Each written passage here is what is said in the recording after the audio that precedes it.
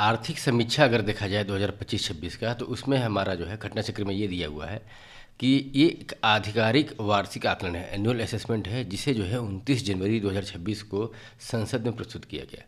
इसमें अनिश्चित वैश्विक वातावरण जो चल रहा है, अनसर्टेनिटी चल रहा है टैरिफ को लेकर के, और जो वार वगैरह चल रहा है, उससे संबंधित जो है भारत की नीतिगत दिशा क्या होनी चाहिए, विकास का क्या अनुमान है, राजकोषीय स्थिति क्या है, और साथ साथ जो एक्सटर्नल सेक्टर और सोशल इकोनॉमिक इंडिकेटर हैं, उस पर जो है प्रमुख निष्कर्ष दिए जाते हैं।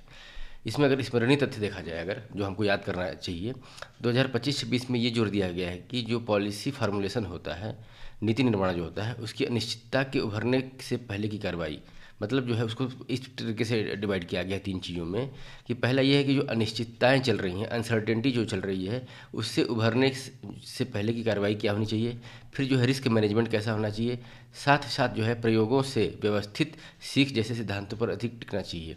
तो जो है एक्सपेरिमेंटल बेसिस पे जो है, जो व्यवस्थित सिस्टमेटिकली जो फुल प्रूफ जो चीज़ें चल रही हैं, उससे सीख लेते हुए उन प्रिंसिपल पे जो है टिकना चाहिए। फिर अनसर्टेनिटी को जो है कैसे हम एडजस्ट हो जाते हैं, उसको देखना चाहिए, और रिस्क मैनेजमेंट की बात करता है।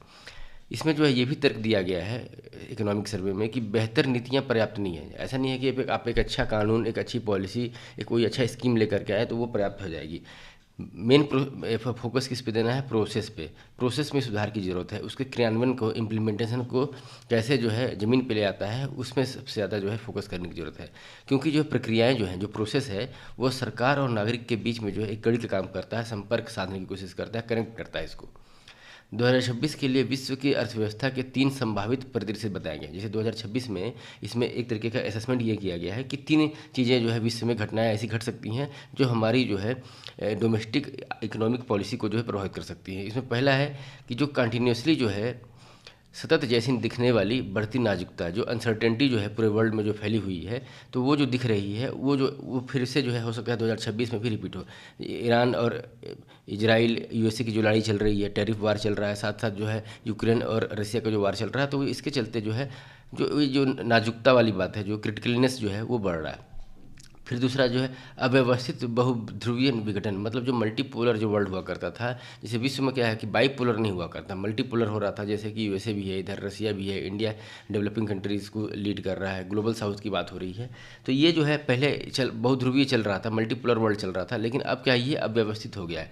अब जिसके पास पावर है वो किसी को भी अटैक करके जो है कैप्चर करने की कोशिश कर रहा है। तो ये चीज़ें भी 2026 में हो सकता है रिपीट हो। फिर तीसरा जो है प्रणालीगत उथल पुथल, जो सिस्टमेटिकली जो है डिस्टर्बेंस हुआ है, जैसे कि लेकर के जो global world order, rules based world order था, जो डिस्टर्बेंस हुआ है, वो भी चीज़ें हो सकता है कि 2026 में कंटिन्यू हो। तो उसके चलते जो जोखिम है उसका उल्लेख जो है ये इकोनॉमिक सर्वे में किया गया है। जो तो तीन प्रदेशों में आर्थिक समीक्षा एक साझा बाह्य जोखिम को बताता है, मतलब जो एक्सटर्नल रिस्क जो है वो बताता है, जिसके चलते जो है हमारा कैपिटल जो प्रवाह है, कैपिटल फ्लो है, वो इंडिया में वैसा नहीं आ रहा है। कैपिटल आउटफ्लो ज़्यादा हो रहा है, जिसके चलते जो है कैपिटल फ्लो व्यवधान, और उसके चलते जो है रुपया जो है हमारा गिरता जा रहा है, कमज़ोर पड़ता जा रहा है, निगेटिव इम्पैक्ट पड़ रहा है हमारे रुपी एक्सचेंज वैल्यू पे। इसलिए ऐसे वातावरण में भारत को दो काम साथ साथ करने होंगे। दो काम क्या क्या साथ करने होंगे? पहला तो घरेलू वृद्धि दर को अधिकतम करना होगा, जो डोमेस्टिक हमारा जो ग्रोथ रेट है उसको बढ़ाना होगा। उसको कैसे बढ़ाना होगा? जो डोमेस्टिक कंजम्पशन है उसको जो है बढ़ाना होगा। इसके लिए भी सरकार ने बहुत सारे कदम लगाए, जैसे कि प्रति व्यक्ति जो है डिस्पोजेबल इनकम, मतलब खर्च करने के लिए ज़्यादा पैसा बचे, इसके लिए इनकम टैक्स में जो है सुधार किया गया। इनकम टैक्स में 12 लाख रुपए तक जो है छूट प्रदान की गई। साथ साथ जो है वस्तुओं का डिमांड बढ़े, जो फैक्ट्री से निकलने वाली जो कमोडिटीज़ वगैरह हैं, गुड्स हैं, उसका कंजम्पशन बढ़े, उसके लिए जो है वो सस्ता हो जाए बोल करके जीएसटी को रिड्यूस किया गया, रेशनलाइज किया गया। फिर झटकों को सहने की क्षमता को बढ़ाने के लिए, और जो इंडिया के बाहर जो है अनसर्टेनिटी चल रही है, उससे जो इंडिया में जो इम्पैक्ट पड़ रहा है, तो उससे निपटने के लिए हमारे जो है कैपेसिटी को बढ़ाने पर जोर दिया गया है। इसी संदर्भ में अगर देखा जाए तो सर्वेक्षण ने एक बताया है, मतलब इंडिया को गाइड किया है कि इंडिया को साथ दो चीज़ें करनी पड़ेगी एक ही साथ, कि वो मैराथन दौड़ भी दौड़े और स्प्रिंट दौड़ भी सीखे। मतलब किस तरीके से कि मैराथन दौड़ क्या होता है कि आप स्लो और स्टडी रहिए, लॉन्ग टर्म का सोचिए, लंबा डिस्टेंस। मैराथन में क्या, जैसे हमारा 42 किलोमीटर का जो है दौड़ होता है, लेकिन इसमें कोई रेस ऐसा नहीं होता है कि फर्स्ट आना है सेकंड आना है, ऐसा नहीं है। मतलब कंसिस्टेंसी होनी चाहिए। स्प्रिंट दौड़ की बात क्या होती है कि आपको फास्ट होना है। तो एक तो है मैराथन दौड़ जो दीर्घकालीन के लक्ष्य को प्राप्त करने के लिए बोलता है, और दूसरा तात्कालिक प्रतिस्पर्धा जो टेम्पररी, और जो अभी तत्कालीन जो है कंटेम्पररी वर्ल्ड में जो कंपटीशन दिख रहा है, उसके लिए स्प्रिंट टाइप का जो है हमारा जो है वहाँ दिशा निर्देश होना चाहिए, जिसके साथ हम मिलकर के काम करें। इसके साथ ही जो है घरेलू वृद्धि दर का मुख्य आधार क्या है? घरेलू मांग। जो हमने डिमांड को बढ़ाने के लिए जो बात की गई, तो डिमांड कैसे बढ़ेगा? जब हमारे पास नेट डिस्पोजेबल इनकम बढ़ेगा, जिसको गवर्नमेंट ने बढ़ाया। और साथ साथ जो निवेश का चक्र है, जो मतलब इन्वेस्टमेंट वगैरह का जो साइकिल है, वो प्रो साइकिल होना चाहिए, जिससे कि आपूर्ति पक्ष पर सेवा क्षेत्र वृद्धि का प्रमुख चालक बना हुआ है। यह संकेत देता है कि भारत की वृद्धि गति बाहरी झटकों के बावजूद टिकाऊ और सस्टेनेबल है। मतलब जो जो बाहर से जो झटके आए, जैसे टेरिफ से लेकर के चाहे ग्लोबल वार को लेकर के, उसके बाद भी जो है भारत में जो है जिस तरीके से ग्रोथ रेट दिख रहा है, कंजम्पशन दिख रहा है, तो ये बताता है कि जो है ये अभी भी भारत जो है जो डेवलपमेंट है वो क्या है? सस्टेनेबल है। और यदि नीतिगत प्रतिक्रियाएं बाधाएं कम हो जाएंगी तो और भी जो है हमारा ग्रोथ रेट और बढ़ेगा। फिर जो है एक्सचेंज रेट की बात की जाए, अगर जो हमारा रुपीज़ के रेशियो में जो डॉलर का जो एक्सचेंज रेट है, उसमें समीक्षा में हमारे इस सर्वे में क्या व्याख्या दी गई है कि अल्पकाल में विनिमय दर पर विदेशी निवेश के बहिर्गमन, मतलब जो फॉरेन इन्वेस्टमेंट जो है हमारे देश से जो बाहर जा रहा है, पहला चीज़ ये हुआ। क्यों हमारा मतलब एक्सचेंज वैल्यू के हिसाब से जो है हमारा रुपया क्यों डिप्रिसिएट हो रहा है, उसमें इसमें कंक्लूजन ये दिया गया है। एक तो जो विदेशी निवेश है वो इंडिया में आ नहीं रहा, वो बाहर जा रहा है। नेट जो फॉरेन आई बोलते हैं, जो फॉरेन इंस्टीट्यूशनल इन्वेस्टर्स जो है, वो नेट जो है आउटफ्लो है, वो कंटिन्यूसली जो है भारत के स्टॉक्स को बेच रहे हैं। तो विदेश में पैसा आने से के बजाय पैसा वापस जा रहा है। दूसरा जो टैरिफ को लेकर के जो है यूएसए के द्वारा जो है इम्पोज किया गया था, तो उससे जो अनसर्टेनिटी क्रिएट हुई है और द्विपक्षीय व्यापार का जो घटनाक्रम जो है सामने आता जा रहा है, और जो से जो हेज फंड वगैरह जो होते हैं उनके चलते जो डिमांड पे असर पड़ रहा है, ये जो 3-4 चीज़ें जो हैं उसके चलते जो है रुपीज़ पे निगेटिव असर पड़ रहा है। साथ साथ लॉन्ग टर्म में ये सीख जो है, ये एक सीख हमको इससे मिलती है कि केवल व्यापार घाटे को आकार नहीं माना जा सकता है। मतलब अगर हम जो है ट्रेड डेफिसिट जिसको बोलते हैं, अगर हम उसको कंट्रोल कर लें तो उससे जो है हमारी मतलब जो है एक्सचेंज वैल्यू जो है स्टेबलाइज नहीं हो सकती। हमको क्या हो चाहिए? हमको पूंजी का प्रवाह चाहिए। मतलब हमारे यहाँ देश की संरचना, चाहे देश का जो economic policy, ease of doing business ऐसा होना चाहिए कि फॉरेन का जो फ्लो है इन्वेस्टर्स का, वो कंटिन्यूसली बना रहे। उसकी वजह से जो है रुपए में स्थिरता आएगी। अदरवाइज हम ये सोचेंगे कि हम ट्रेड डेफिसिट को कंट्रोल कर लेंगे तो रुपीज़ हमारा स्टेबल हो जाएगा, ये बिल्कुल नहीं है। जब तक कि फॉरेन इन्वेस्टमेंट वो इंडिया में नहीं आएगा, तब तक रुपीज़ जो है स्टेबलाइज नहीं होगा। फिर वित्त वर्ष 2026 के लिए जीडीपी और ग्रॉस वैल्यू एडेड के जो वृद्धि की बात की गई है, तो फर्स्ट अग्रिम जो अनुमान आया है, जो मतलब जो है एडवांस जो एस्टिमेट करते हैं, उसके अंतर्गत जो है जीडीपी जो है 2026 के लिए 7.4% और जीवीए जो है वो 7.3% रहा है। और लगातार चौथे वर्ष जो है भारत की अर्थव्यवस्था तीव्र वृद्धि कर रही है। मतलब जो है विश्व की जो सबसे तेज बढ़ती हुई अर्थव्यवस्था जिसको बोला जाता है, तो लगातार चौथे वर्ष जो है भारत की अर्थव्यवस्था तेज़ी से जो है आगे बढ़ रही है। और निजी अंतिम उपभोक्ता जिसको बोलते हैं, जो पर्सनल जो फाइनेंस कंज्यूमर एक्सपेंडिचर हो जाता है, उसको अगर देखा जाए, अंतिम उपभोग व्यय 2026 में 7% बढ़ कर के सकल घरेलू उत्पादन का 61.5% हो गया है।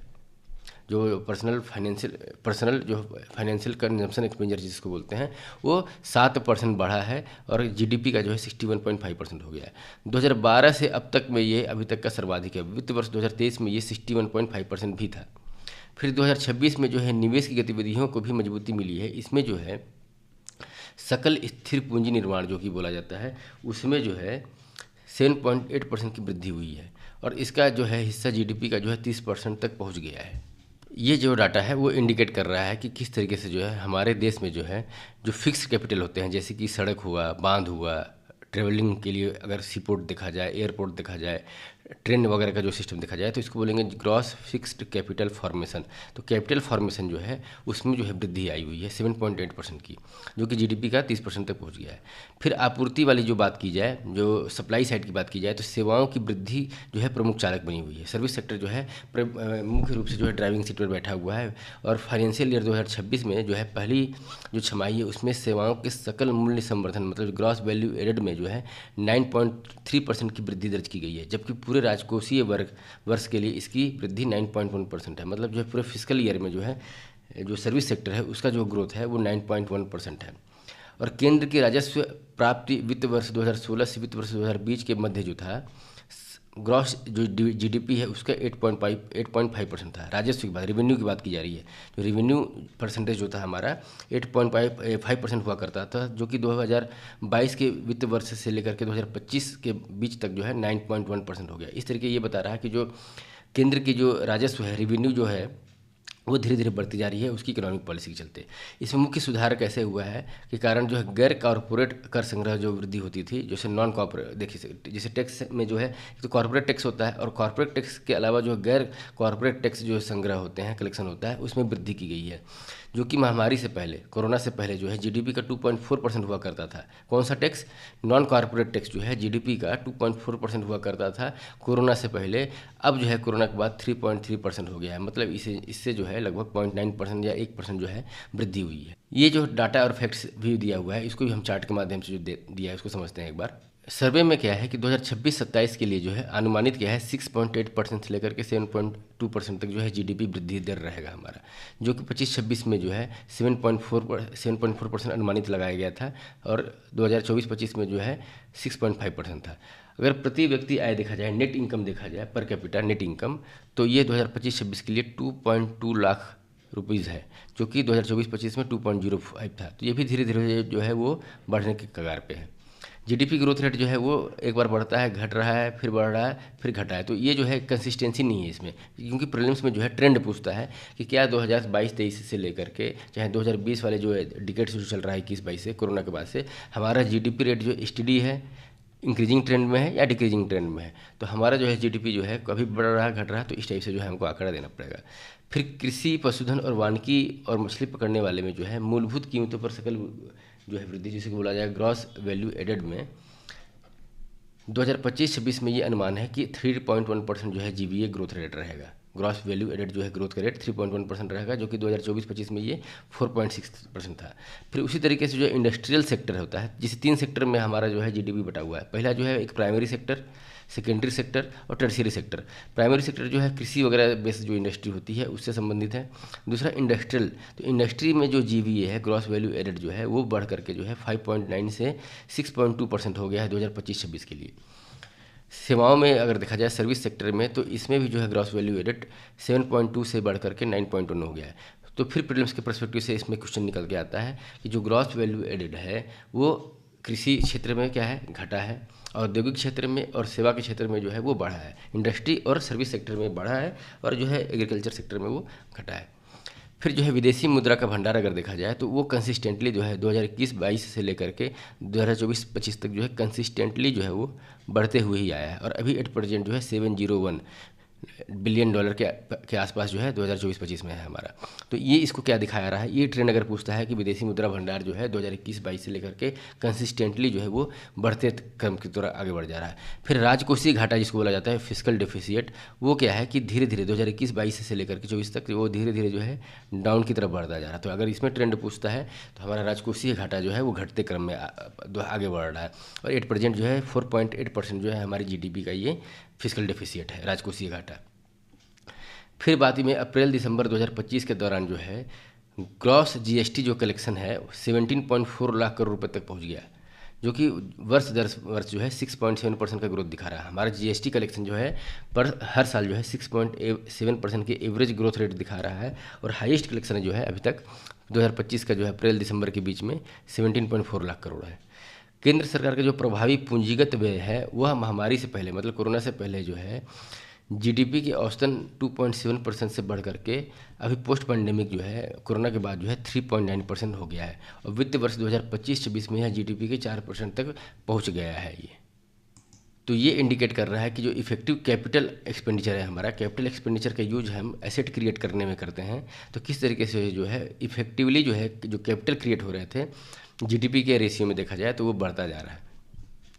फिर जो है पूंजीगत व्यय की बात की जाए राज्यों के लिए, तो उसके लिए जो केंद्र से जो सहायता, विशेष सहायता मिलती है उसके माध्यम से केंद्र ने राज्य को वित्त वर्ष 2025 में जीडीपी के लगभग 2.4% तक पूंजी व्यय बनाए रखने के लिए प्रोत्साहित किया है। तो जो पूंजी व्यय है वो 2.4%, पूंजीगत व्यय को 2.4% तक बनाए रखना है। मतलब जो है ये टारगेट दिया गया है कि मैक्सिमम टू मैक्सिमम जो है अपने जीडीपी का जो है आप इन्वेस्टमेंट कीजिए कैपिटल को क्रिएट करने में, एसेट को क्रिएट करने में।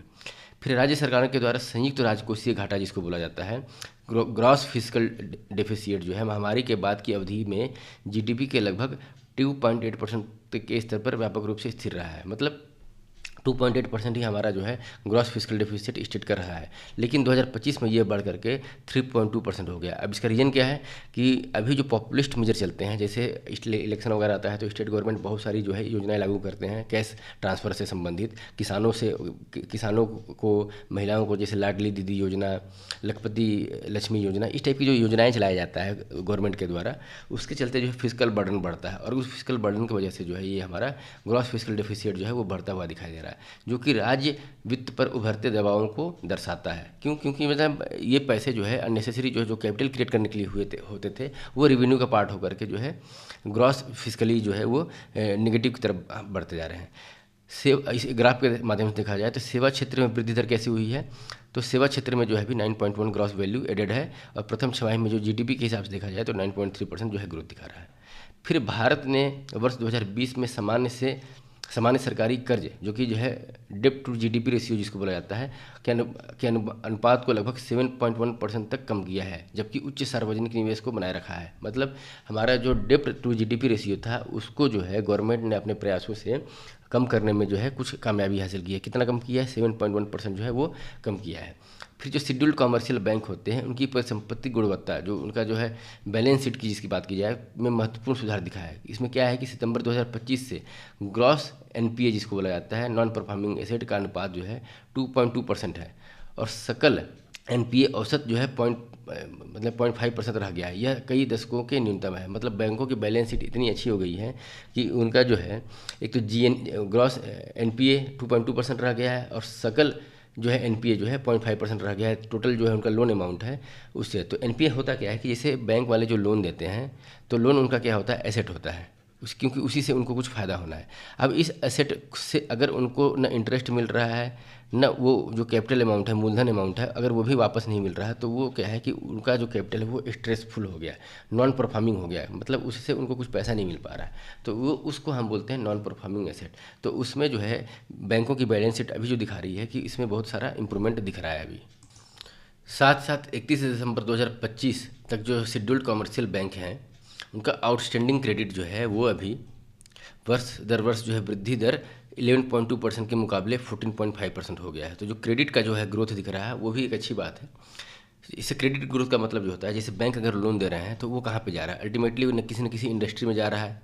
अगर एग्जांपल दिया जाए, अगर पर्सनल व्यक्ति मतलब को जाते हैं तो होम लोन के रूप में देते हैं, कार लोन के रूप में देते हैं, तो इनका उपयोग कहाँ पे होता है? होम लोन ये भी डेवलपमेंट के लिए, कार लोन मैन्युफैक्चरिंग सेक्टर से संबंधित है, और चाहे इंडस्ट्रियल लोन कोई कॉर्पोरेट हाउस वगैरह लेते हैं तो ये भी जो है इंडस्ट्री के डेवलपमेंट के लिए ही है।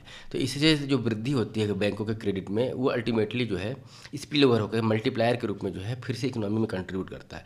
तो अगर इसमें वृद्धि हो रही है तो ये माना जाता है कि देश में भी वृद्धि हो रही है। फिर वर्ष 2014 में के शुरू में जो है की गई प्रधानमंत्री जनधन योजना, 2014 में जो है मतलब जो गरीब आदमी को भी अकाउंट से जोड़ना, जो फाइनेंशियल इंक्लूजन की बात की जा रही थी, समावेशी विकास की बात की जा रही थी, उसके अंतर्गत जो है जनधन योजना की शुरुआत की गई थी। 2025 तक जो है 55 करोड़ खाते जो है जनधन योजना के तहत खोले जा चुके हैं, और उसमें 36.63 करोड़ जो है खाते या तो ग्रामीण क्षेत्रों से हैं, रूरल एरिया से, या सेमी अर्बन एरिया, अर्ध शहरी क्षेत्रों से स्थित हैं। और वैश्विक वस्तु निर्यात में जो गुड्स के एक्सपोर्ट में भारत की जो साझेदारी है वो 1% से लगभग दोगुनी होकर 1.8% हो गई है। मतलब जो है अगर पहले का आंकड़ा देखा जाए तो हमारा गुड्स एक्सपोर्ट में, जैसे पूरे वर्ल्ड में जितना भी गुड एक्सपोर्ट होता है एक देश से दूसरे, उसका जो हिसाब किया जाता है, उसमें भारत की हिस्सेदारी कितनी अभी है? 1.8%। और वहीं जो वाणिज्य सेवाएँ, कॉमर्शियल सर्विसेज जो है, उसके निर्यात में जो भारत की हिस्सेदारी कितनी है अभी? 4.3%। फिर 2024-25 में ही भारत का जो है कुल निर्यात का रिकॉर्ड जो है 825.3 बिलियन यूएस डॉलर तक पहुंच गया है। टोटल हमारा एक्सपोर्ट का जो वैल्यूएशन कितना है? 825 बिलियन यूएस डॉलर का, जो कि 6.1% का जो है वृद्धि जो है वो इंक्रीजी जो है वो दिखा रहा है।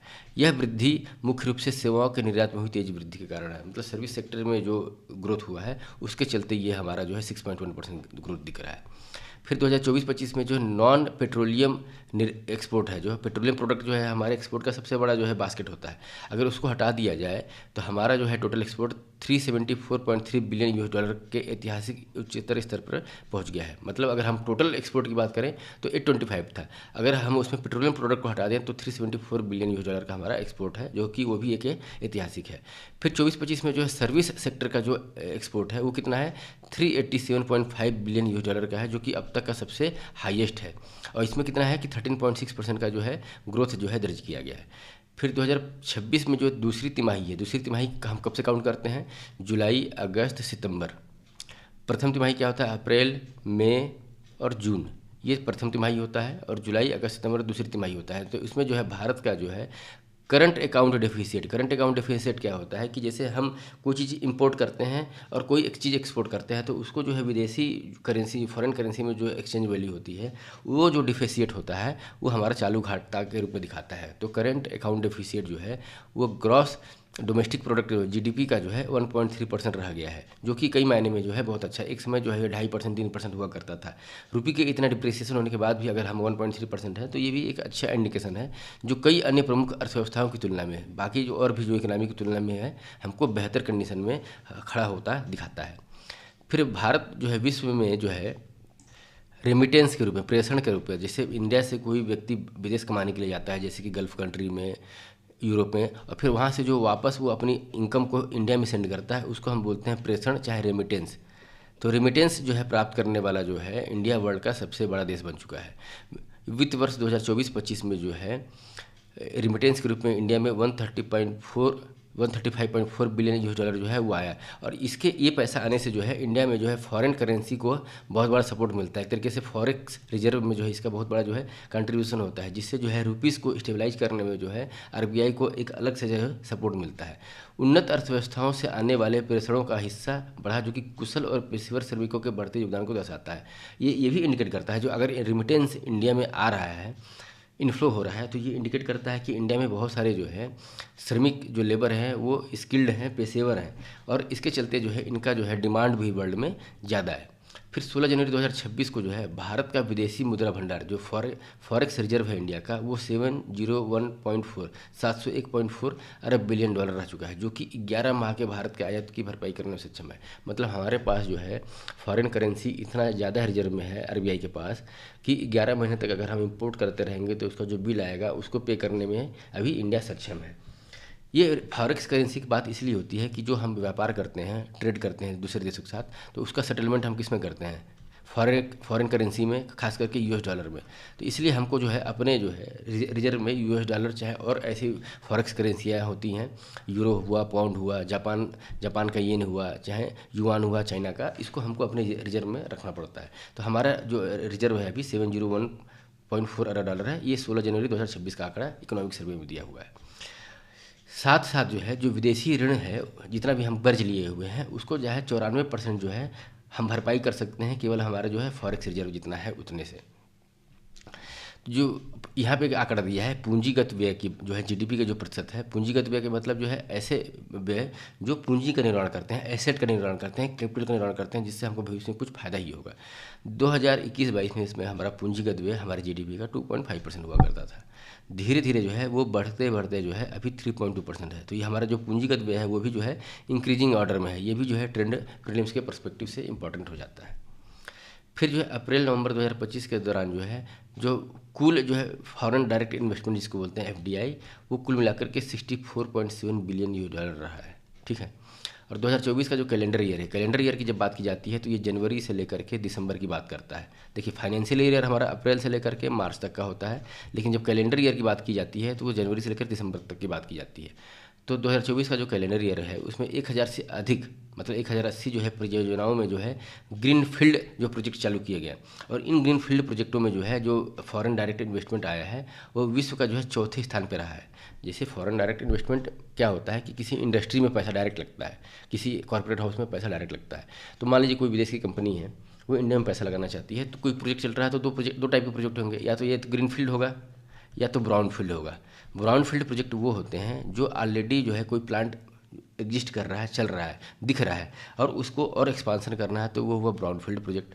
और ग्रीन फील्ड प्रोजेक्ट ये हुआ कि वो पहले कुछ भी नहीं था, ज़मीन समतल थी, कुछ भी नहीं था, एक नए सिरे से जो है वो इंडस्ट्री जो है सेटअप हो रही है। तो जो ग्रीनफील्ड जो प्रोजेक्ट होता है उसमें 1080 ऐसी परियोजनाएँ आई हैं जिसमें जो है हमारा जो FDI आया है उसमें इंडिया चौथे नंबर पे है। और कैलेंडर वर्ष 2024 में जो है ग्रीनफील्ड डिजिटल निवेश की बात की जाए तो इसमें सबसे बड़ा गंतव्य के रूप में इंडिया उभरा है, मतलब सबसे बड़ा डेस्टिनेशन जो है इंडिया है इसमें डिजिटल निवेश के मामले में। प्रमुख उभरती और विकासशील अर्थव्यवस्थाओं में जो है मतलब जो है इमर्जिंग इकोनॉमी की बात की जाए, डेवलपिंग कंट्रीज़ की इकोनॉमी की बात की जाए तो उसमें विशेष रूप से भारत ने 2025 जो है 2024 की तुलना में जो है ग्रॉस इन्फ्लेशन की बात की जाए, मुद्रास्फीति में सबसे इंडिया में कम रहा है। जो इन्फ्लेशन की दर नापा जाए, हमारा जो है इन्फ्लेशन हम नापते हैं CPI कंबाइन से। कंबाइन का मतलब ये हुआ कि अर्बन और रूरल दोनों मिलाकर के कंज्यूमर प्राइस इंडेक्स जो है हमारा जो है बहुत तेज़ी से गिरावट दर्ज की गई है, जो कि 1.8% तक भी आ गया है। फिर जो वित्तीय वर्ष 2015 से लेकर के 24 में जो है के बीच में जो पशुपालन जो क्षेत्र था उसमें बहुत तीव्र गति से वृद्धि आई है। हमारे जो है ग्रॉस वैल्यू एडेड जो होता है GVA का, उसमें 195% का वृद्धि आया है 2015 से 24 के बीच में पशुपालन के क्षेत्र से, जो कि 2004 और 14 में जो है तुलनात्मक रूप से बहुत कम वृद्धि हुआ करती थी। फिर अच्छी जो है गुड मानसून की वजह से जो है इस बार खाद्यान्नों में भी रिकॉर्ड तोड़ उत्पादन हुआ है। 2024-25 के अनुमान के रूप में अगर देखा जाए तो 3577 जो है लाख मीट्रिक टन तक जो है वो अनुमान है कि हमारे खाद्यान्नों का उत्पादन हो जाएगा, और जो कि पिछले साल की तुलना में जो है 254 जो है लाख मीट्रिक टन की वृद्धि है। 254 लाख और भी ज़्यादा है इस बार उत्पादन हुआ है। इसमें मुख्य रूप से जो है चावल की वृद्धि, गेहूँ, मक्का और मोटे अनाज के रूप में जो है वृद्धि ज़्यादा जो है दर्ज की गई है, तो ये भी एक रिकॉर्ड है। फिर खाद्यान्न उत्पादन में वृद्धि के बावजूद जो बागवानी जिसको बोलते हैं, प्लांटेशन चाहे हॉर्टिकल्चर क्रॉप वगैरह जो होते हैं, उसको कृषि के GVA का जो है 33% हिस्सा है। हमारे जैसे जो एग्रीकल्चर जो है फार्मिंग है उसका ग्रॉस वैल्यू एडेड जो है उसका 33% जो है बागवानी से आता है, और कृषि वृद्धि का एक प्रमुख चालक बनकर उभरी है। मतलब 33% जब उसी से आ रहा है तो जो है एग्रीकल्चर को एक तरीके से ये ड्राइव यही कर रहा है। 2024-25 में जो है बागवानी से का उत्पादन जो है 362.08 मिलियन टन तक जो है पहुंच गया है, जो कि अनुमानित खाद्यान्न उत्पादन 357.73 मिलियन टन से अधिक है। ये अनुमान लगाया गया था कि 357 मिलियन टन रहेगा, जो कि एक्चुअल जो है 362 मिलियन टन है। फिर जो है ग्रॉस डोमेस्टिक प्रोडक्ट में जो सर्विस सेक्टर की जो हिस्सेदारी है 2026 की पहली तिमाही में इसको 53.6% हो गई है। जैसे 3 सेक्टर मैंने बताया था कि प्राइमरी सेक्टर, सेकेंडरी और टर्सरी, तो एक तो है एग्रीकल्चर बेस्ड, दूसरा जो है इंडस्ट्री बेस्ड, तीसरा जो है सर्विस सेक्टर बेस्ड। तो सर्विस सेक्टर का जो है हमारे जो है GDP में GVA में जिसकी GDP में 53.6% रह गया है, जबकि GVA में जो है सेवाओं की हिस्सेदारी वित्त वर्ष 2026 के प्रथम अग्रिम अनुमान के अनुसार कितना है 56.4%। तो GVA में कितना है 56.4%, GDP में कितना है 53.6%, सर्विस सेक्टर का जो है कंट्रीब्यूशन है। और भारत जो है दुनिया का 7वां सबसे बड़ा सेवा का निर्यातक है, मतलब सर्विस सेक्टर का जो एक्सपोर्ट के मामले में वर्ल्ड में इंडिया का 7वां रैंक है। 2005 में वैश्विक सेवाओं के व्यापार में इसकी हिस्सेदारी 2% से बढ़कर के 4.3% हो गया है। मतलब हमारा 2005 के कंपैरिजन में 2024 में आते आते तक सर्विस सेक्टर का जो एक्सपोर्ट में कंट्रीब्यूशन जो है जस्ट डबल हो गया है, डबल से भी ज़्यादा हो गया, 2% था अभी 4.3% हो गया। फिर जो सेवा क्षेत्र में जो है जो फॉरेन डायरेक्ट इन्वेस्टमेंट आता है वो सबसे बड़ा सोर्स है। FDI इंडिया में जितना भी आता है उसमें सबसे ज़्यादा कहाँ पे आता है, सर्विस सेक्टर में आता है। वित्त वर्ष 2023 से 25 के बीच में जो है जो कुल FDI आया है, कुल फॉरेन डायरेक्ट इन्वेस्टमेंट जो इंडिया में आया है उसका जो है 80.2% जो है उसका औसत हिस्सा 80.2% रहा है, जो कि महामारी से पूर्व जो है 77% था। मतलब महामारी जो है जो कोरोना से पहले जो है हमारा सर्विस सेक्टर में FDI 77 पॉइंट हुआ करता था, अभी जो है सर्विस सेक्टर में FDI जो है 80.2% रह गया है। फिर 2026 की पहली तिमाही में जो है इंडस्ट्रियल जो सेक्टर है उसमें उसकी गतिविधि में तेज़ी से आई है। क्या तेज़ी आई है, कैसे मेजर किया गया है, तो इसमें जो है जो ग्रॉस वैल्यू एडेड में जो ग्रोथ दिया हुआ है वो कितना है 7% है। फिर जो है विनिर्माण जो इंफ्रास्ट्रक्चर वगैरह मैन्युफैक्चरिंग सेक्टर जो होता है उसके क्षेत्र में जो वृद्धि तेज़ी आई है वहाँ पर भी 2026 की जो पहली तिमाही है उसके GVA में 7.72% का जो है ग्रोथ दिखता है, जबकि दूसरी तिमाही में 9.13% का जो है ग्रोथ दिखता है। तो इंडस्ट्रियल सेक्टर में भी ग्रोथ है, मैन्युफैक्चरिंग सेक्टर में भी ग्रोथ है और सर्विस सेक्टर में ग्रोथ है। फिर दिक्कत कहाँ पर हो रहा है इंडिया में, जो एग्रीकल्चर सेक्टर है उसमें जो है ग्रोथ जो है उसमें दिख नहीं रहा है। फिर जो है जो ग्लोबल इनोवेटिव इंडेक्स की बात की जाए, जो इनोवेशन के प्रदर्शनी में देखा जाए तो 2019 में इंडिया की रैंकिंग थी 66, जो कि 2025 में जो है ये रैंकिंग बढ़ करके 38 हो गई है। ये ग्लोबल इनोवेटिव इंडेक्स को रिलीज कौन करता है, तो इसको रिलीज करता है वर्ल्ड इंटेलेक्चुअल प्रॉपर्टी ऑर्गेनाइजेशन, जो वीपो जिसको बोलते हैं, इसके द्वारा जो रिलीज किया जाता है ग्लोबल इनोवेटिव इंडेक्स। 2025 में हमारा जो है ग्लोबल इनोवेटिव इंडेक्स में रैंकिंग कितना है, 38 है। हम कितना पावदान जो है आ गया है, तो 66 पे थे हम 2019 में, अभी 38 हो गया है। फिर राष्ट्रीय राजमार्ग की आधारभूत अवसंरचना के व्यापक विस्तार हुआ है, जिसमें राष्ट्रीय राजमार्ग नेटवर्क जो है 60% की वृद्धि को दर्ज किया है। 2014 में जो है 91,287 किलोमीटर था, जो कि 2026 वित्त वर्ष में के आते आते तक दिसंबर तक में जो है 1,46,572 किलोमीटर जो है हो गया है हमारा राष्ट्रीय नेटवर्क जो है रोड का, नेशनल हाईवेज। फिर इसके साथ ही जो है परिचालन हाई स्पीड वाले जो कॉरिडोर हैं उनकी लंबाई भी है 2014 से लेकर के 2026 में कितना है, 10 गुना बढ़ चुका है। 10 गुना मतलब 2014 में हाई स्पीड जो कॉरिडोर हुआ करते थे, नेटवर्क हुआ करता था परिचालन के लिए, वो 550 किलोमीटर था, अभी जो है 5364 किलोमीटर हो गया है। फिर रेलवे में भी जो है उसके जो ट्रैक वगैरह का जो नेटवर्क बढ़ाने का वाला जो कार्यक्रम है वही बहुत तेज़ी से चल रहा है।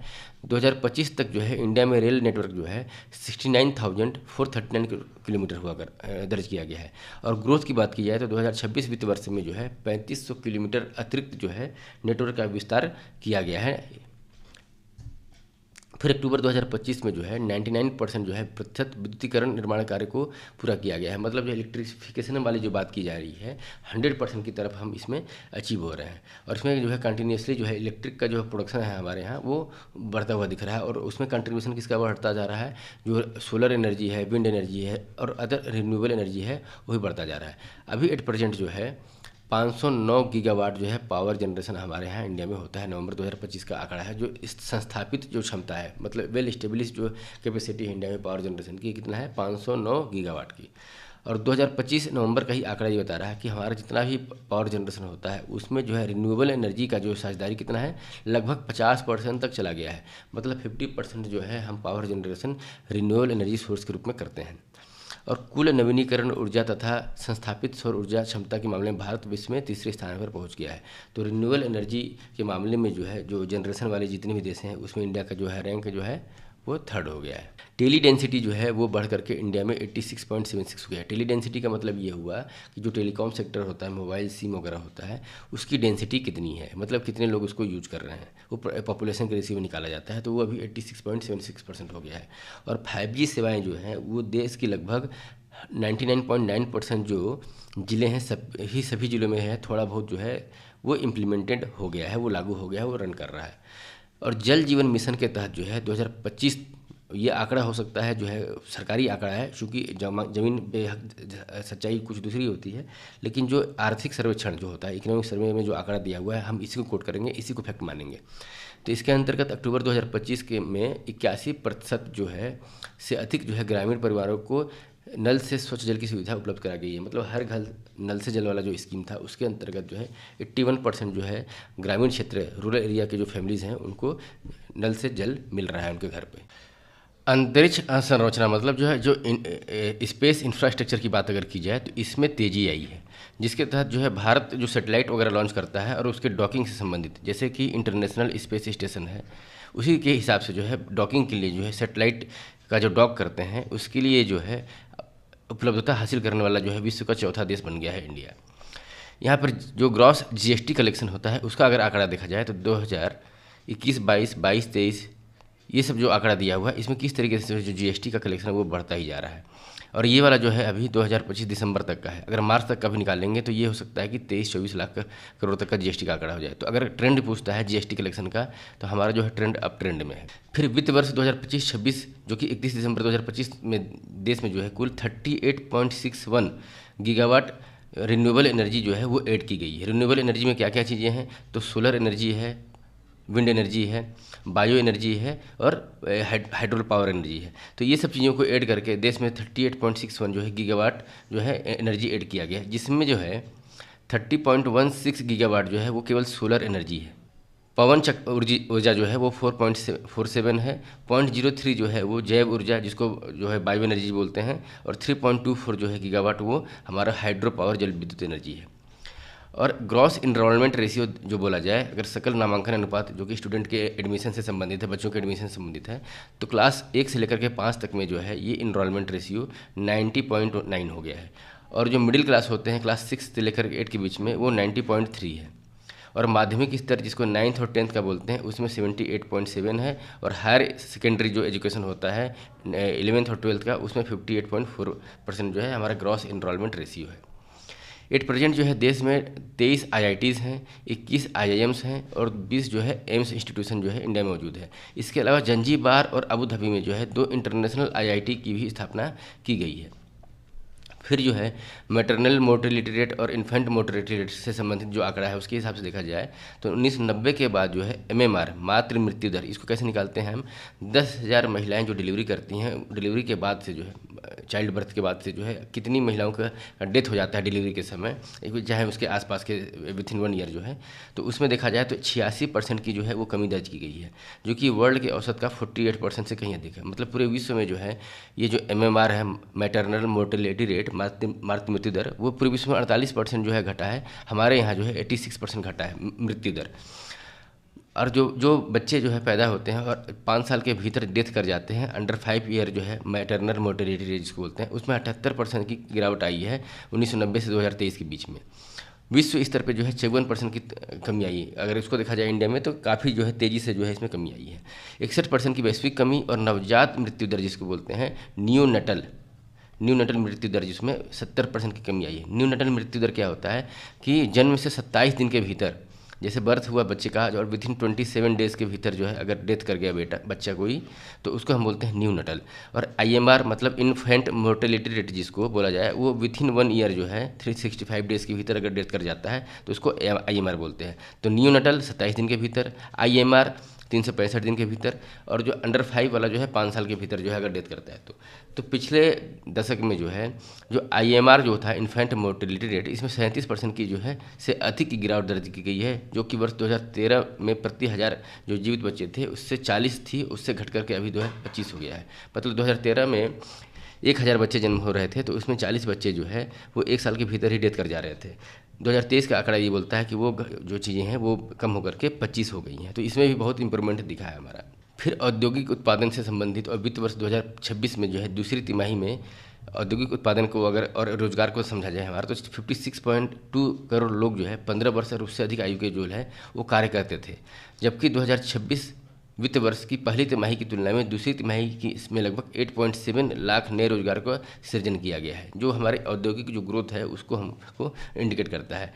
और विश्व बैंक ने इस बीच में जो है गरीबी रेखा का जो पैमाना हुआ करता था $2.15, मतलब US का जो करेंसी के रूप में जो व्यक्ति जो है $2.15 के हिसाब से जो अगर अर्न करता है पर डे, तो उसको गरीबी रेखा में से ऊपर माना जाएगा, उसको गरीब नहीं माना जाएगा।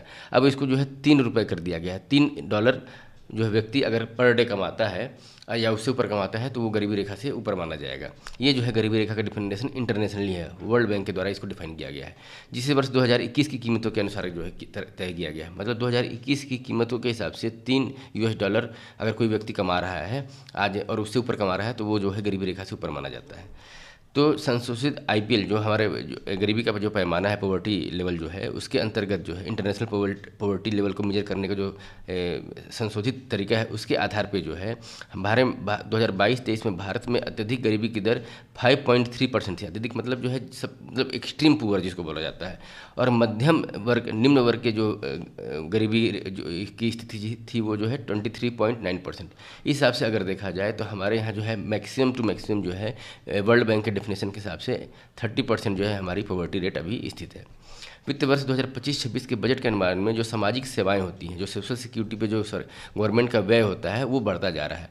वो जो है सकल घरेलू उत्पादन जो ग्रॉस डोमेस्टिक जो GDP है हमारा उसके हिसाब से 7.9% था, जो कि वित्त वर्ष 2024-25 में 7.7% था, और वित्त वर्ष 23-24 में 7% था। तो अभी जो है 8% ये बढ़ता जा रहा है, 7.9% है। ये इंडिकेट कर रहा है कि किस तरीके से गवर्नमेंट का जो खर्चा है वो मैक्सिमम जो है वो सोशल सिक्योरिटी लग जा रहा है। अब सोशल सिक्योरिटी क्या है कि मान लीजिए कोई सीनियर सिटीजन है तो उससे संबंधित जो है उसको सपोर्ट करना, फिर विधवा पेंशन, फिर महिलाओं को सपोर्ट, तो उनको सोशल सिक्योरिटी के लिए जो गवर्नमेंट सपोर्ट करता है वो खर्चे की बात की गई है। फिर जो है ग्रॉस वैल्यू एडेड जो है उसके ग्रोथ रेट की बात अगर की जाए तो 2023-24 में 8.6 था, ऐसा जो है प्रारंभिक उसका अनुमान था। फिर 2024-25 में 6.4 था, और 25-26 में जो है प्रथम अग्रिम अनुमान के हिसाब से 7.3% है।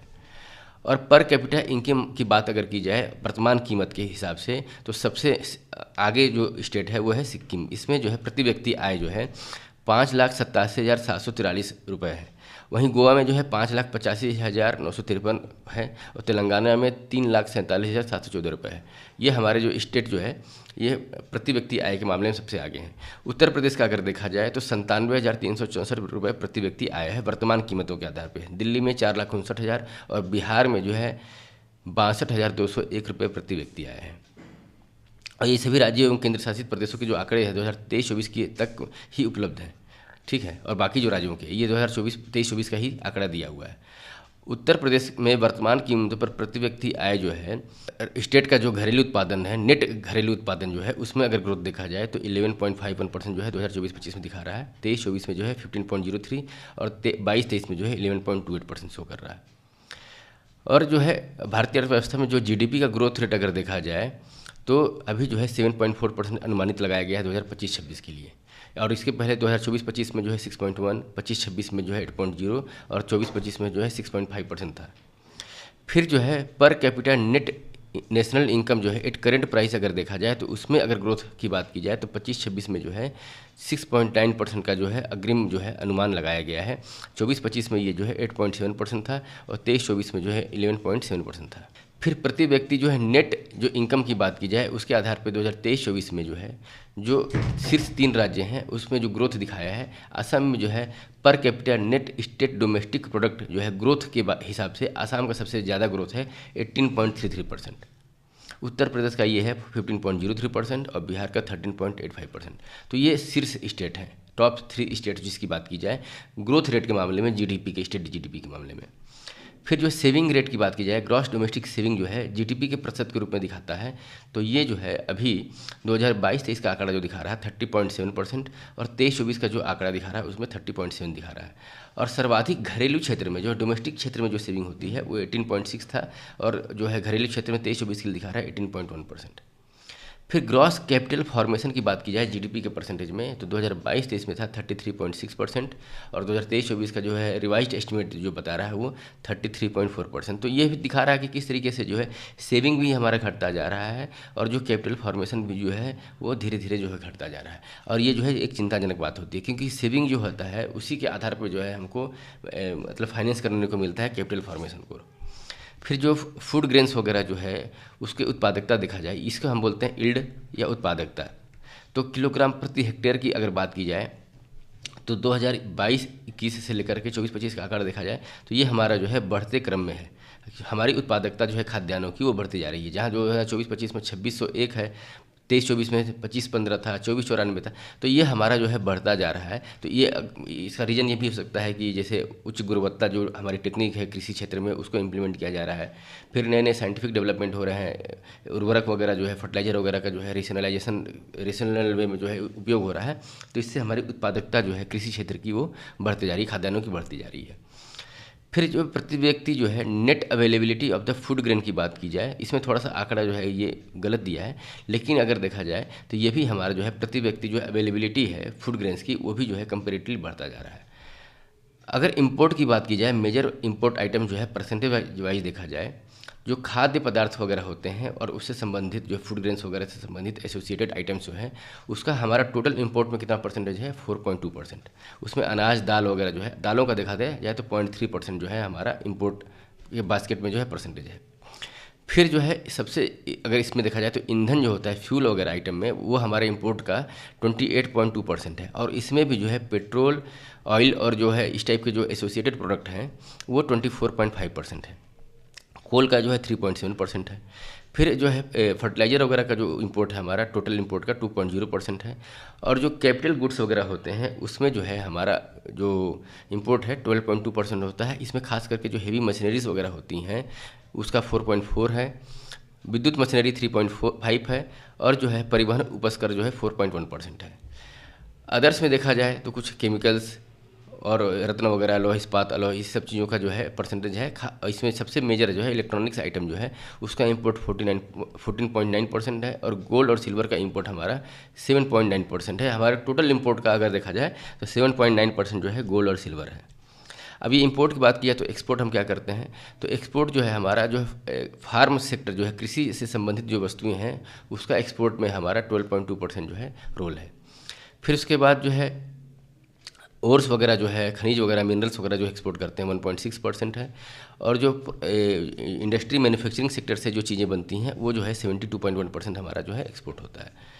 इसमें जो है मुख्य जो है विनिर्माण वाली जो वस्तुएं हैं उसमें रत्न आभूषण, धातु उत्पाद, मशीनरी उपकरण जो है 10.6% है।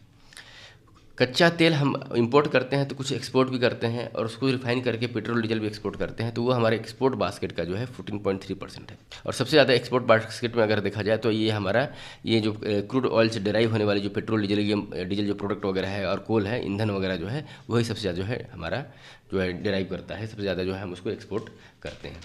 अगर जो है कंट्री वाइज अगर देखा जाए कि किस किस देशों में हम कितना एक्सपोर्ट करते हैं, तो यहाँ पे अगर देखिए तो यूरोप में जो है कंटिनेंट एज 13.4% हमारा जो है 25-26 का जो आंकड़ा बता रहा है कि ये जो है प्रोविजनल आंकड़ा हम एक्सपोर्ट कर रहे हैं 13.4%। इसमें यूके 1.2% है, जर्मनी 2.5% है और फ्रांस जो है 1.0% है। तो अगर देखा जाए सबसे ज़्यादा हम एक्सपोर्ट कहाँ कर रहे हैं यूरोप में, किस देश में, जर्मनी में। प्रीलिम्स के पर्सपेक्टिव से ये इंपॉर्टेंट हो जाता है। फिर अफ्रीका में जो है हम 6.2% एक्सपोर्ट करते हैं, पूरा कंटिनेंट की बात हो रही है। अमेरिका का बात अगर देखा जाए तो 11.5% एक्सपोर्ट करते हैं, उसमें उत्तरी अमेरिका जो है उसमें 7.6% है। और उस उत्तरी अमेरिका नॉर्थ अमेरिका में जो है केवल यूएसए में जो है 6.9% हमारा जो है एक्सपोर्ट होता है। और हम पूरा आंकड़ा अगर देखेंगे तो सबसे ज़्यादा जो है एक्सपोर्ट हमारा जो है चीन देश में जो है होता है। सबसे ज़्यादा एक्सपोर्ट जो है हमारा जो है यूएसए में ही होता है। और इंपोर्ट कहाँ से करते हैं, हम चाइना से करते हैं। लैटिन अमेरिका में हमारा व्यापार बहुत कम है। लैटिन अमेरिका का मतलब साउथ अमेरिका जिसको बोला जाता है, उसमें हमारा व्यापार कम है। उसमें सबसे ज़्यादा जो ट्रेडिंग पार्टनर है हमारा बड़ा 0.9% जो है ब्राज़ील के रूप में है। एशिया में ही हमारा सबसे बड़ा एक्सपोर्ट का मार्केट एशिया ही है। इसमें जो है चाइना को अगर देखा जाए, पीपल रिपब्लिक ऑफ चाइना, वहाँ पे जो है हम एक्सपोर्ट करते हैं 16.4%। इस तरीके से जो है हमारे इस एक्सपोर्ट के जो है ये देश हैं। आयात के हिसाब से देखा जाए विश्व के सबसे 5 ऐसे देश जहाँ सबसे ज़्यादा हम इंपोर्ट करते हैं, आयात करते हैं, तो नंबर 1 पे चाइना है। सेकेंड नंबर पे रूस हो जाता है। यहाँ से हम डिफेंस आइटम और जो है अभी कच्चा तेल वगैरह जो हम वहाँ से इंपोर्ट कर रहे हैं उसके चलते 8.9% है। चीन से हमारा 15.7% 2024-25 के आंकड़े के हिसाब से इंपोर्ट करते हैं। यूएई से 8.8%, खास करके जो क्रूड ऑयल वगैरह वहाँ से आता है। यूएसए से 6.3% और सऊदी अरेबिया से 4.2%। जो प्रमुख फसल उत्पादक शीर्ष 3 राज्य हैं उसको भी हम देख लेते हैं कि production of important crops top 3 states 2024-25 का ये अंतिम अनुमान है, ये फाइनल अनुमान है। तो चावल जो है उसके प्रोडक्शन में उत्तर प्रदेश नंबर 1 पे है, तेलंगाना सेकंड नंबर पे है और थर्ड नंबर पे पश्चिम बंगाल है। दूसरा, जैसे हम डिस्कशन कर रहे हैं जो भी अनाज है तो जिस स्टेट से आप बिलोंग करते हैं वो इसके लिए बहुत इंपॉर्टेंट हो जाता है। जैसे यूपी है, बिहार है, मध्य प्रदेश है, जो भी स्टेट से आप बिलोंग करते हैं उसको आप जरूर देखिए। जैसे गेहूँ के उत्पादन में नंबर 1 पे उत्तर प्रदेश है, सेकेंड पे जो है मध्य प्रदेश है गेहूँ के उत्पादन में, थर्ड पे जो है पंजाब है। मक्का मेज उसके उत्पादन में मध्य प्रदेश नंबर 1 पे है, कर्नाटका सेकेंड, बिहार जो है थर्ड। फिर मोटे अनाज जो कोर्स सीरियल्स होते हैं उसमें राजस्थान नंबर 1 पे है, कर्नाटका सेकेंड नंबर पे है, मध्य प्रदेश जो है वो थर्ड नंबर पे है। तूर जो दाल है उसके मामले में महाराष्ट्र नंबर 1 पे है, कर्नाटका सेकेंड, झारखंड जो है थर्ड नंबर पे। फिर चना के उत्पादन में महाराष्ट्र नंबर 1, मध्य प्रदेश सेकेंड, राजस्थान जो है थर्ड। ओवरऑल जो पल्सेज हैं दाल के रूप में मध्य प्रदेश जो है नंबर 1 पे है, सेकेंड में महाराष्ट्र, थर्ड में राजस्थान। ओवरऑल जो है फूड ग्रेन्स के मामले में उत्तर प्रदेश जो है नंबर 1 पे है, सेकंड पे मध्य प्रदेश और थर्ड पे जो है पंजाब। ये इंपॉर्टेंट हो जाता है टोटल खाद्यान्नों के मामले में। फिर रेप सीड्स और मस्टर्ड के मामले में राजस्थान नंबर 1 पे है, यूपी सेकंड पे है और थर्ड नंबर पे हरियाणा है। ग्राउंड नट्स के मामले में गुजरात जो है नंबर 1 पे है। ये भी एक इंपॉर्टेंट हो जाता है, ट्रिकी क्वेश्चन बहुत बार महाराष्ट्र से कंपेरिजन में आ जाता है, लेकिन अभी महाराष्ट्र जो है अभी इस टॉप 3 में भी नहीं है। मूंगफली में number 1 Gujarat, second Rajasthan, third जो है मध्य प्रदेश। सोयाबीन महाराष्ट्र नंबर 1 पे, मध्य प्रदेश सेकेंड, राजस्थान थर्ड पे। सनफ्लावर ऑयल के सनफ्लावर जो है उसके मामले में कर्नाटका नंबर 1 पे है, हरियाणा सेकेंड और उड़ीसा जो है वो थर्ड नंबर पे है। तो यहाँ उड़ीसा भी आ गया। फिर जो है टोटल जो है अगर तिलहन के मामले में देखा जाए, ये जो इसको बोलते हैं पल्सेस बोलते हैं, तो इसमें राजस्थान जो है वो नंबर 1 पे है, मध्य प्रदेश सेकंड पे है और जो है थर्ड पे जो है राजस्थान महाराष्ट्र है। तिलहन सॉरी यहाँ पल्सेस को नहीं बोलते हैं, जो ऑयल सीड्स होता है उसको हम तिलहन बोलते हैं। तो ऑयल सीड्स के मामले में तिलहन के मामले में जो है नंबर 1 राजस्थान है। फिर गन्ना की बात की जाए तो शुगर केन जो है उसमें नंबर 1 उत्तर प्रदेश है। शुगर केन के मामले में उत्तर प्रदेश नंबर 1 पे। हो सकता है जो शुगर के प्रोडक्शन में उत्तर प्रदेश आगे ना हो, महाराष्ट्र आगे हो, लेकिन शुगर केन के मामले में जो है नंबर 1 उत्तर प्रदेश है, सेकंड पे महाराष्ट्र है, थर्ड पे जो है कर्नाटका है। कॉटन के मामले नंबर 1 महाराष्ट्र है, सेकंड गुजरात और थर्ड जो है तेलंगाना है। और जूट और मेस्टा जिसको बोलते हैं उसमें तो पश्चिम बंगाल शुरू से ही नंबर 1 है, सेकंड बिहार और थर्ड जो है आसाम है। अभी हमने जो आयात वाला देखा था, अब निर्यात को देखा जाए तो सबसे ज़्यादा निर्यात अगर हम करते हैं, यहाँ पे जो आंकड़ा दिया हुआ है, सबसे ज़्यादा हम एक्सपोर्ट करते हैं संयुक्त राज्य अमेरिका यूएसए को हम करते हैं अपना जो है निर्यात का 19.77%। अब आप समझ सकते हैं कि इसी के बेसिस पे जो है वो टैरिफ लगाया गया है। सेकेंड पोजीशन पे है यूएई जिसमें 8.37% है, नीदरलैंड्स जो है 5.2% है, यूके का 3.32% हम एक्सपोर्ट करते हैं, चीन जो है 3.26% है। देखने वाली बात यह है कि जो 3.26% चाइना है और इससे हम इंपोर्ट कितना करते हैं, 16% इंपोर्ट करते हैं। तो मतलब बहुत ज़्यादा डिफरेंस है। और कंटिनेंट वाइज भी अगर देखा जाए तो यूरोप को हम करते हैं एक्सपोर्ट अगर देखा जाए तो 21.33%, और उसमें भी जो है सबसे ज़्यादा अगर एक्सपोर्ट करते हैं तो 4.4% जो है नीदरलैंड को, जर्मनी को 2.56% और फ्रांस को 1.61% और इटली को 1.68%। फिर जो है यूके को देखा जाए तो 3.06% जो है हम एक्सपोर्ट करते हैं। अफ्रीका कंटिनेंट में देखा जाए तो 10.13% जो एक्सपोर्ट होता है, उसमें जो है साउथ अफ्रीका जो है जो सिल्क सीमा शुल्क संघ जो है साउथ अफ्रीका का, उसमें 1.81% है। फिर जो है यूएसए को देखा जाए अगर एक्सपोर्ट के मामले में तो एक्सपोर्ट हम यूएसए को 20.22 जो है वो, ये आंकड़ा जो है ये 24-25 का है, 19.77 जो है हम एक्सपोर्ट करते हैं 24-25 वर्ष का, और ये वाला जो आंकड़ा है वो 2025-26 के हिसाब से है। एशिया में जो है हम जो है ये जो 39.81% जो है अभी के आंकड़े के हिसाब से जो है एक्सपोर्ट करते हैं, उसमें पूर्वी एशिया में 1.85 है, ऑस्ट्रेलिया के वो देखा जाए तो 1.66 है, सिंगापुर 2.47 है। आसियान जो कंट्री होते हैं association of south east Asian nation, जो 10 मेंबरों का एक कंट्री समूह है, उसमें 8.17% हम एक्सपोर्ट करते हैं, उसमें सिंगापुर में 2.47% है। फिर जो पश्चिमी एशिया जो है गल्फ कोऑपरेशन जो है कंट्रीज़ हैं, उसमें 12.98% हम जो है एक्सपोर्ट।